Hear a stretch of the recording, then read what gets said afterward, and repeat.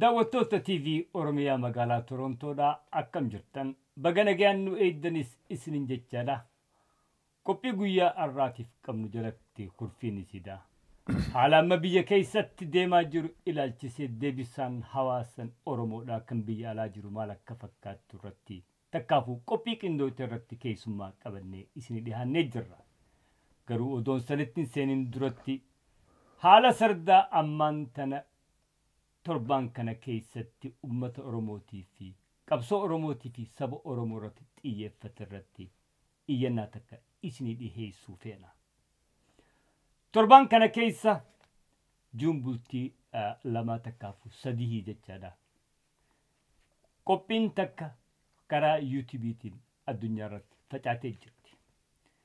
Jarmayinni qophii tana takkaafuu viidiyoo tana facaasee maqaan isaatis Ethiopia Justice Advocacy Center kan jedhu jalatti yoo ta'u Ethiopian Research Institute kan jedhus keessaa qaba. Mata dureen isiidha Islamic Oromo Nationalism and the Future of East Africa waan jedhu jalatti. New documentary jechuudhaan viidiyoolee dharaa tan Oromiyaa keessatti hin tahinii fi biyyoota adda addaa keessatti Afrikaadhaa fi biyyoota adda addaa keessatti haala uumame walitti qabee akka uummata Oromoo hojjetetti dhiheessuudhaan maqa xureessii duula hagana hin jamne uummata Oromoo irratti tambante. Hayyoolee Oromootii fi dargaggoo Oromoo kan amma lafaa kaatu hundu maqaa dha'uudhaan irratti tan xiyyeeffatte taate. Qabsoon Oromoodhaa alagaa biratti maqaa xiraawaadhaan akka mul'attu gochuudhaaf ummata Oromoo irratti waan xiyyeeffatte. Keessaafuu dargaggoota amma lafaa ka'aa jiran kan akka Jawaar Mahammadii fi warra OMN takka takkaan maqaa dha'uudhaan irratti xiyyeeffattee jirti. Haaga haalli kun deebisaa cimaa harkatee warri dandeettii adda addaa qaban qophii irra godhanii waan kanaaf deebisaa deebisanitti ummanni Oromoo hundiisuudha. Viidiyoon tun akka achirraa kaatu duula godhuun barbaachisaadha jennee amannee jirra. Daawwattoota keenya haaluma kanaa fi sagantaan dura lafa kaa'ee irratti ilaalchisee keessummaan arraan tana afeerree as jiru obbo Araarsoo Baruuti. Obbo Araarsoo baga nagaan dhufte siin jenna. Obbo Araarsoo atiis viidiyoo kana daawwattee jirtaa mee akkamitti ilaalta? Fayyaade obbo Sayyoo dhugaadhaa viidiyoo kana anis warra daawwatan keessaa tokko. Viidiyoon kun dhugaa dubbachuudhaaf bobbaa gartee shiraa cubbuu saba Oromoo irratti qabsoo bilisummaa Oromiyaatiif godhamtu xureessuudhaaf hamma danda'an busheessuudhaaf hawaasa gartee naannawa gaafa Afrikaa jiru qofa osoo hin ta'in hawaasa addunyaa keessatti suuraa isii hamma danda'anitti suuraa biraa godhanii dhiheessuudhaaf tan tahe jedhamtee gartee qophootee facaate waan taateef ummanni Oromoodhaa qabsaa'onni Oromoo sabboontonni Oromoodhaa hayyoonni Oromoodhaa dhaaboonni siyaasaa Oromoodhaa dhaaboonni hawaasa Oromoo hundinuu ija gatiitiin waan kana laalanii waan kana irratti deebii barbaachisu kennuun akka Oromootti hedduu barbaachisaadha. Hamma deebiin gahaan dhuftutti argamtutti ammaaf akkuma fugartee ati tuquudhaaf tattaafattetti waan silaa matamatatti ammarraa jalqabnee godhuu dandeenyu sanirraa kaanee gara silaa deebii gahaa fi quubsaa ta'e sanitti achi dabruudhaaf wanni YouTube dhaynee hamma dandeenyutti protest godhuun yookiin dura dhaabbachuun hedduu barbaachisaadha. Saniif YouTube irra yoo dhaynee bakka gartee protestii keenya itti dhiheeffannu bakka itti gaafannu gaaffiin akka maleedhaa yoo jiraatte wanni akka maleedhaa yoo gartee jiraate sanirratti deebii barbaachisu isaanirraa argachuudhaaf gaaffii teenya bakka itti dhiheeffannu san dhaynee protest godhuun dura dhaabbachuun hedduu barbaachisaadha. Kuni kana wanni guddaan tokko ammoo wanni isiin irratti xiyyeeffatte gartee saba Oromoodhaa hamma dandeessutti xiqqeessuudhaa fi naannawa gaafa Afrikaa sanitti shoorarkeessa warra gartee nagaa hin barbaanne warra gartee bilisummaadhaaf osoo hin ta'in maqaa bilisummaatiin farra bilisummaadhaa ta'ee ummata irratti shira hojjechuudhaaf warra gartee Oromoon ta'e naannawa sanirraa dhabamsiisuudhaaf deemu fakkeessanii waan dhiyeessaniif cubbuu hammana hin ja'amneetu beekee ummata keenya irratti yaadamee jira.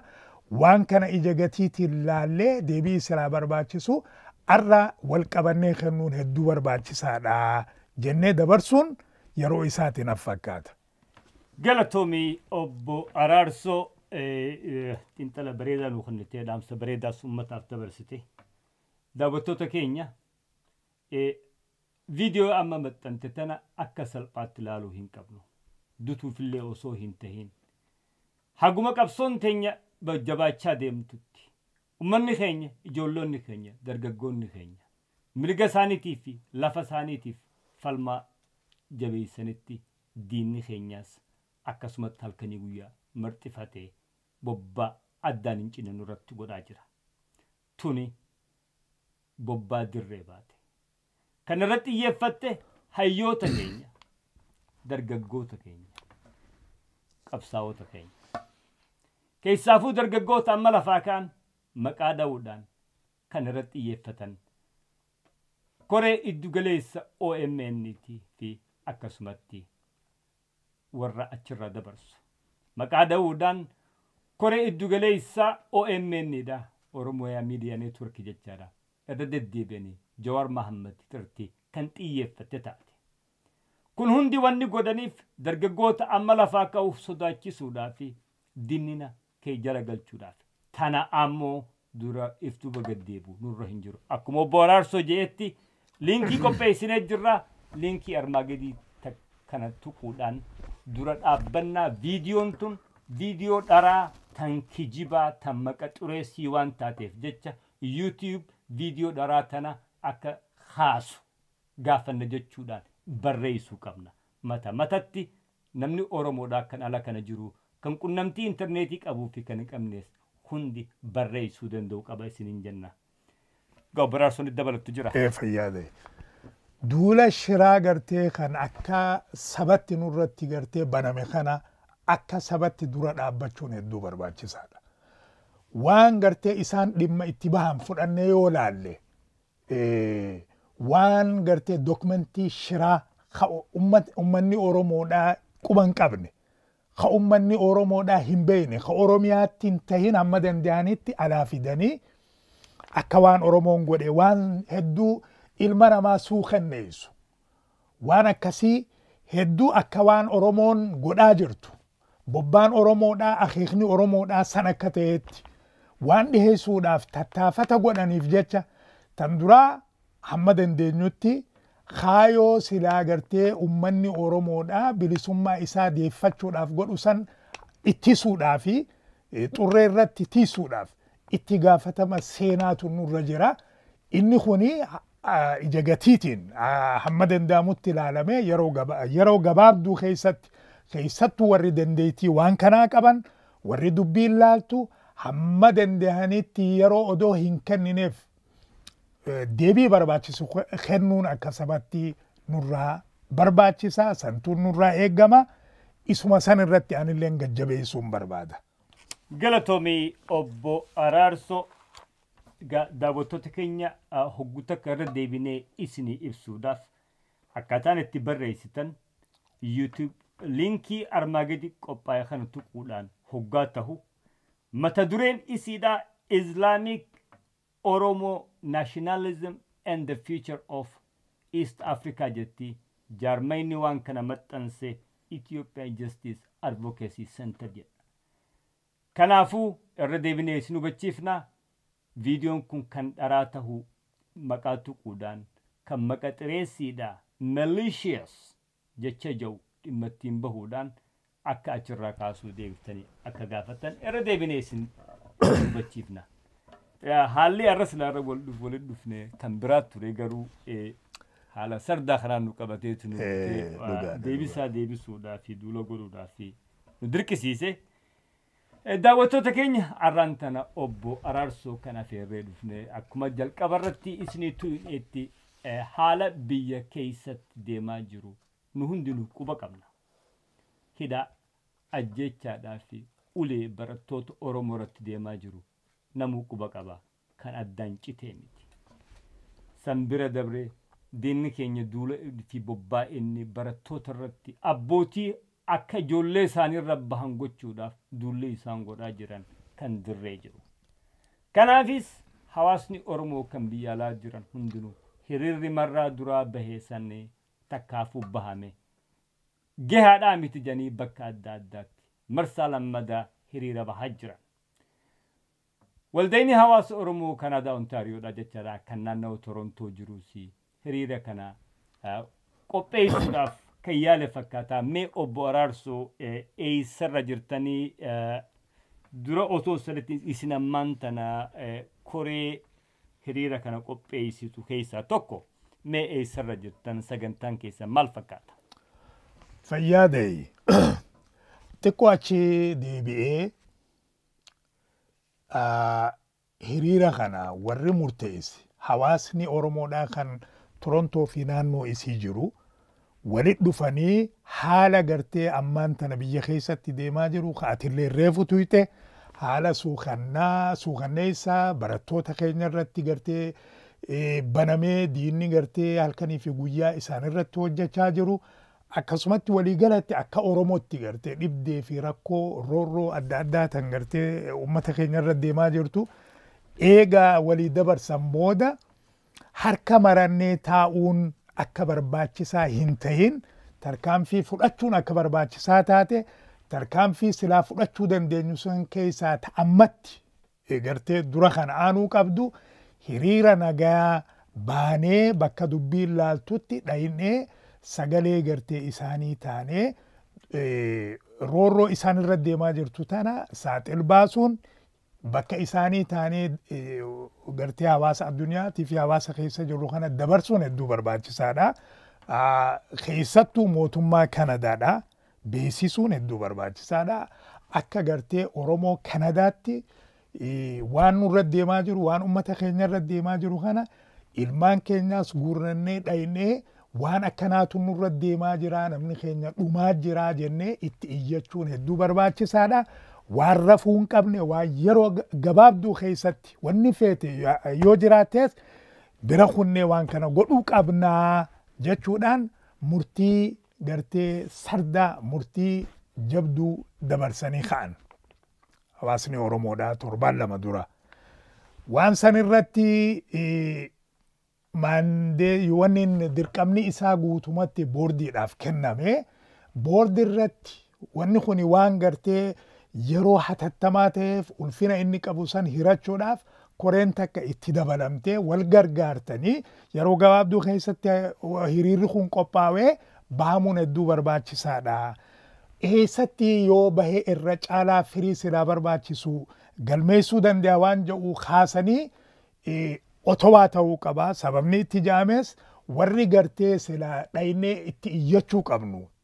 Humnoonni akkasii humnoonni mootummaatis tan hawaasa addunyaatis warri hawaasa addunyaa bakka bu'anii gartee Kanadaa keessa jiranis bakki isaan itti argaman otowaa waan ta'eef jecha achi dhaynee achitti iyyachuun barbaachisaadha. Otowaa nu haa ta'u yaada jedhu murteessanii akkasitti waan addaan ka'aniif isarratti gaa hojjetamaati jira. Guyyaa har'aa kana boordiidhaa fi koreensanis waliin teessuma fudhatanii akkaataa itti hiriirri kuni milkaa'uu danda'u qophii silaa hiriirri kuni san duratti gartee yoo dhumuu qabdu hundaa'u ilaalanii qooda hojiidhaa waliif kennanii bifa akkasiisaniin waanni hundinuu bifa qabatee deemaa jira jechuudha. Wanni guddaan guyyaa har'aa kana asirratti hiree tanaan dhimma baanee asirratti ibsuun barbaachisu dhaamsa gartee silaa uummanni keenya dhagahuu qabu. Hawaasni keenya kan naannawa kana jiru naannawa Torontoodhaa jiru kan achi fagaatee amma Kitchener jiru kan naannawa Hamilton jiru wanni gartee hiriiraa tun hunda waan laaltuuf dandeettii qaban hundaan nu wajjin dhaabbatanii waliin hiriira kana baanee akka gartee dirqama kana bakkaan gahannu waan jiru dabarsuun barbaachisa.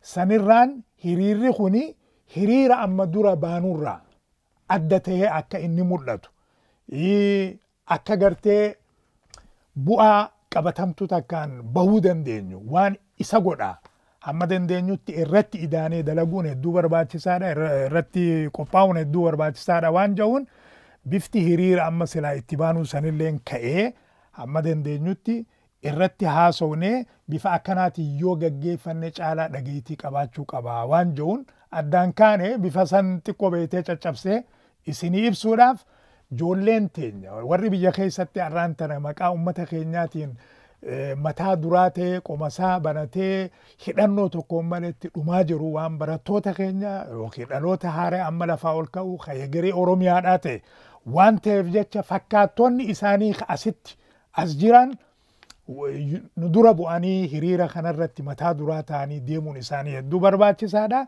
Fuulduraafis wal qopheessuu qabna waan irra baanu kanallee beekuutu irra jira. Saniif jecha isaan kana qooda fudhachiisuun barbaachisaadha. Mataa duraa godhuun illee barbaachisaadha waan jedhuun warri gartee waan silaa qabannee baanu qabatee dura mul'atee deemu isaan ta'a jechuudha. Akka amma silaa irra waliif galleetti. Tan lamadaa roorroo fi miidhaa akkaataa itti gartee amma ijoolleen teenya barattoonni biyya keessatti gartee diinaan itti dhawamanii du'aa turan xiyyeeffatanii gartee qoma keessa dha'u, morma keessa dha'u, mataa keessa dha'u waan jirtuuf isa kana hamma dandeenyutti fakkeessinee warra itti dhaynu kanatti dhiheessuun hedduu barbaachisaadha. Saniif jecha haala gartee amma dura goonurraa adda waan ta'e waan akka sanduuqa reefkaa hamma tokko beeytee qopheessinee unoo akkana dhumaa jirraa jennee mul'isuudhaaf waan akka alaabaa irra keenye bakka sanitti mul'isuun hedduu barbaachisaadha. Waan akka alaabaa UN'dha ijoolleen teenya aadaa uffattee akkasi qabattee deemuun hedduu barbaachisaadha. Ijoollee boodaan ammoo hawaasa keessa jirru kanatti kabajaadhaan ijoolletti aanee dubartiidha. Dubartiin waan jirtuuf dubartiin teenya hamma dandeenyutti guyyaa san qopheessinee bifa takkaan uffatanii diimaa uffatanii guyyaa san akka achirratti nu dhihaatan ijoolleen barattootaatiillee tiishartii gurraacha uffatanii karaa tokkoon gadda ibsa kaanilleen beeytee dhiigaa fi waan ammaan tana irra jirru dhiiga dhangala'aa jiru kana waan ibsuuf isa kana dubartiin uffattee akka nu dhihaattu guyyaa san isin kadhanna. Itti aansinee ammoo abbootiin gartee jarri dhiiraa duubaan uffata gartee adii kana teeraa haa ta'u waan akka tiishartiidha kan keessatti beeytee diddiimaa qabu if keessaa yoo uffatan hedduu gaariidha waan jiru irratti waliif galle.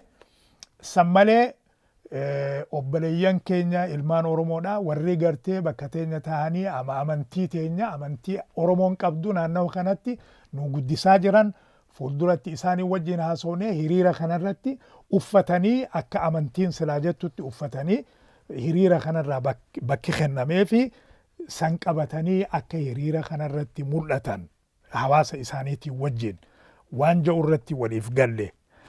Isa kana fuunee hujirra oolchuudhaaf yeroon jirtu yeroo gabaabduudha. Waan gartee bakki nuti dhaynu keessaa tokko paarlamaa ta'e paarlamaan ammoo Kanadaadha. Yeroo gabaabduu keessatti waan hujii dhaabuuf jecha hamma dandeenyu waan kana saammannee yeroo gabaabduu keessatti hujirra oolchuu qabna. Isinilleen akkasumatti waan kana akka jarjaratti fudhattaniin wajjin akka gartee dirmattan isin gaafannaa akkaataan achi itti dhaynus duraan baasa gartee kireeffanneeti heddommaannee akkasitti deemna yaada jedhu ture.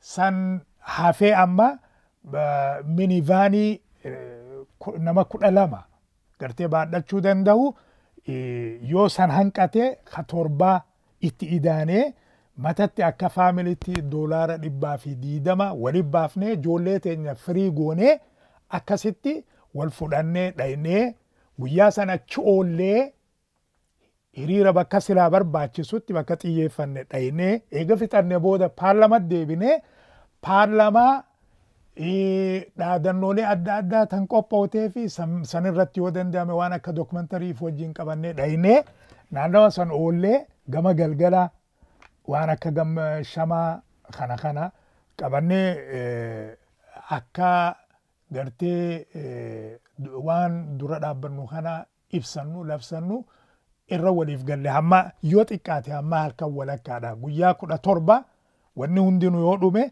guyyaa 17 hamma halkan walakkaatti qophiin isaa ganamarraa kaasee akkasitti deemaa jechuudha.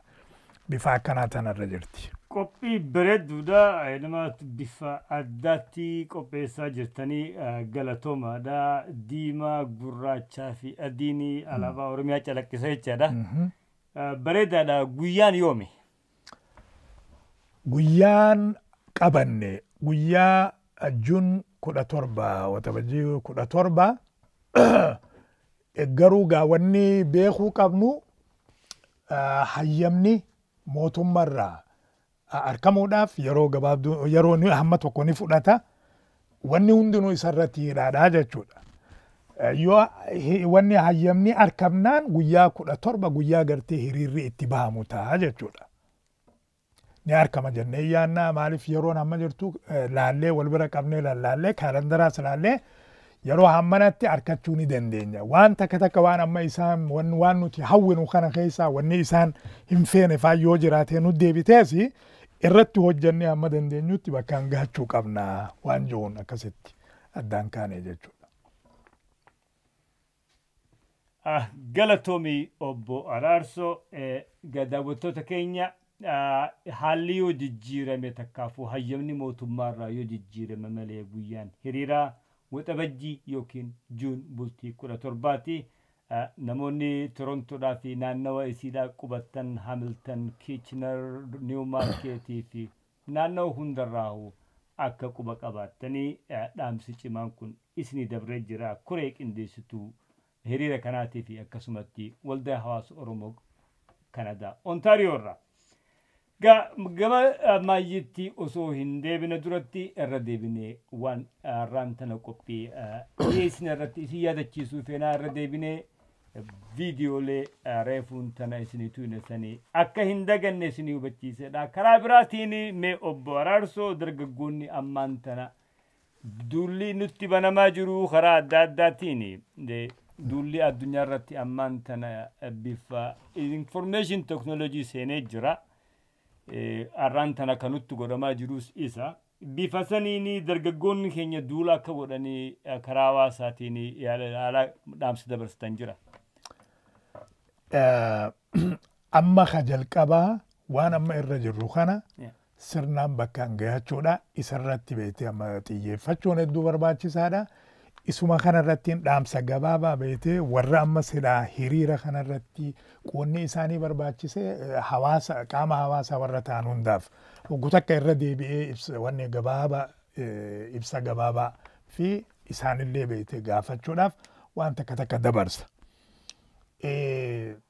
Hiriirri kuni akka gartee firii nu argatu yoo kan barbaannu taate achi beekte warri amma dhumaa jiru kun lubbuu isaaniiti kennaa jiran.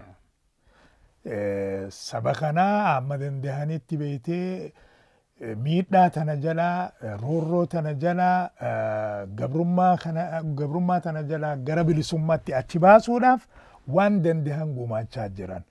Nutiis akka gartee ilmaan Oromootti dirqama dhaloota kanurra jirutu jira.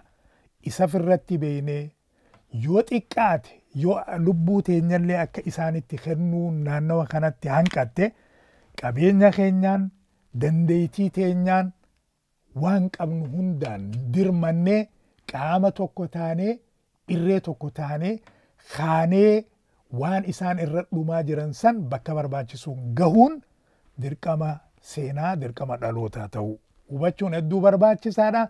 Saniif jecha yeroon gabaabbattullee rakkoon feetellee yoo jiraatte odoo gartee isii tanaaf hin qabamne isii tanaan hin injifatamne hamma dandeenyutti wal qabannee hiriira kanarratti argamuutu nurraa eegama. Akka irratti nu jabaatan isinit dhaammadha.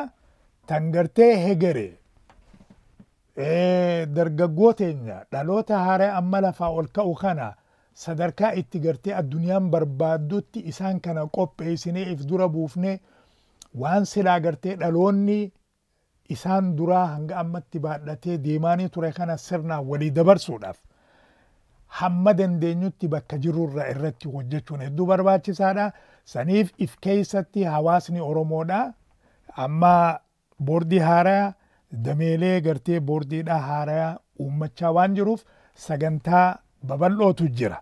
Sagantaa san keessaa irra guddaa ka irratti xiyyeeffannu isaan ta'a jechuudha.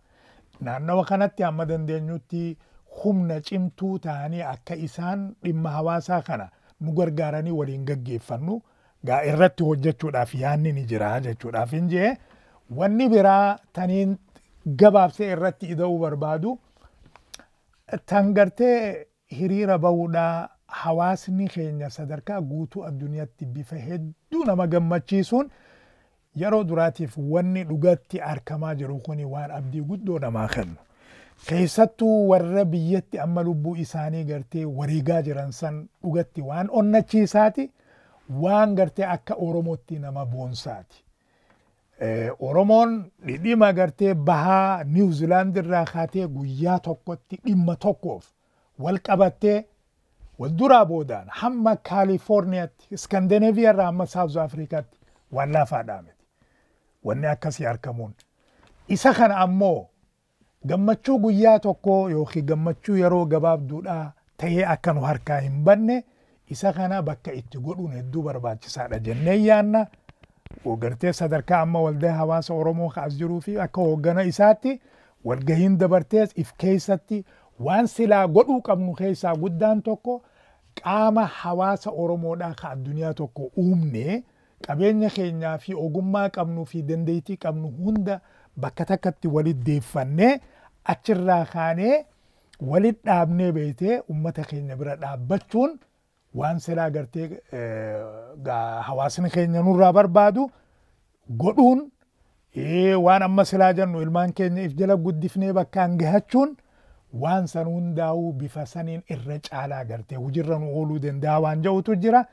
Waan san irrattis murtiin dabartee jirti. Murtiin sadarkaa hawaasatti dabartee jirti. Koreen takka tan dhimma kana jala deemtee hujirra oolchitu tan hawaasa gartee Oromoodhaa kan naannawa addunyaa jiru Kanadarraa jalqabdee United States akkasumatti Yurooppii fi Far East illee dhaqqabanii wal kakaafnee waan san wanni san akka hujirra nu oolu godhu irratti tattaafanni bareedaan godhamaa jira. Sanumaan isin hubachiisuu barbaade. Galatooma. Galatoomii obbo Araarso nimatumaa irratti hubachiisa bareedaa nu kennite daawwattoota keenya obbo Araarsoodhaa dhageessanii jirtan. Qabsoon arraan tana eegalle kun kan dargaggoonni keenya eegale itti fufinsi isaa kan jabaachuu danda'u yuunitii fi bira dhaabbanne qofa. Badiileen hagaarraa gochaa turre keessaa takka if duba deebine yoo xiinxalle hiriirri baanu hoggochaan goonu kan yeroo takkaa ta'e dhaabbachuu isaati. Guyyaa tokko baanee san booda dhaabbachuun dhimmi saniis guyyuma san irratti dhaawwata jecha. Akkatun hin taane ji'atti tahee ji'a lamatti tahee saganteeffannee bobbaa addaan hin cinne gochuudhaaf hawaasni Oromoo bakka hundaa'u tilmaameeffachuu qaba jenna.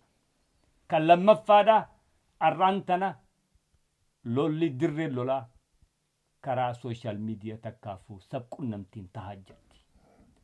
Kuni arraan tana qabsoon diinni keenya kan akkanatti halkanii guyyaa batachuuf ammaan dura horruma keessatti fixee ajjeesee ganda guutuu gubee namni dhaga'u hin jiru ture. Addunyaa guutuu dhiisii Oromoonuu walqixa bakka hundaa hin dhageessu turte. Arraan tana san bira dabree ijoollonni keenya hojiin isaan hojjechaa jiran miidhaa fi roorroo fi ajjechaan isaan irratti hojjetamaa jiru ija addunyaa duratti tahaa jirti. Kana sadarkaa duraattis fudhachuudhaaf ijoollota keenya hirmaachisuu danda'uu qabna.